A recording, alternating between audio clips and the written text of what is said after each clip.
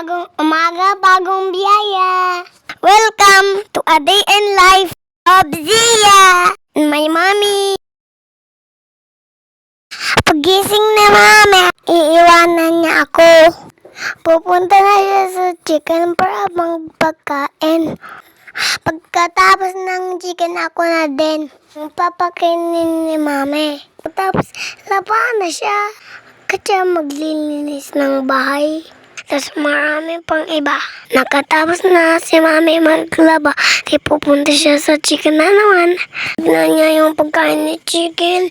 Katsa yung water. Tapos mag-harvest na si mami ng egg. Di ba kayo madami kaming egg? Minsan, natutulungan ko si mami mag-harvest. Yung abot ko, ako kumukuha. Yung iba, hindi ko maabot. Pagtapos na yung harvest, magkikilo na si mami. Yes, tapos pupunta na ako sa bahay. Tapos ako lang nagrararo lang ako. Minsan pumunta ako kay Jacob. Minsan wala akong karo. Magpiplay ako isa lang.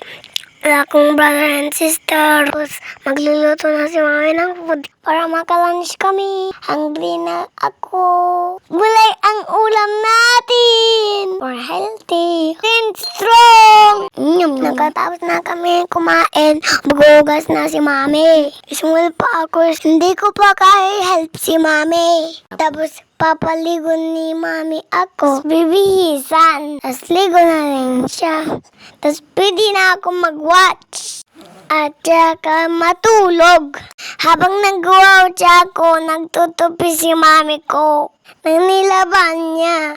Kasi tuyo na. Tapos nung hapon gumating na yung mga bata. Kaya nagkanta kami.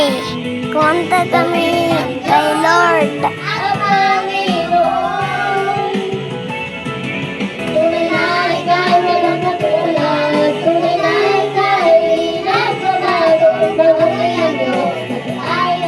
It's true, mabuti si Lord. Ayun lang guys. Thank you for watching. Bye bye guys. I love you.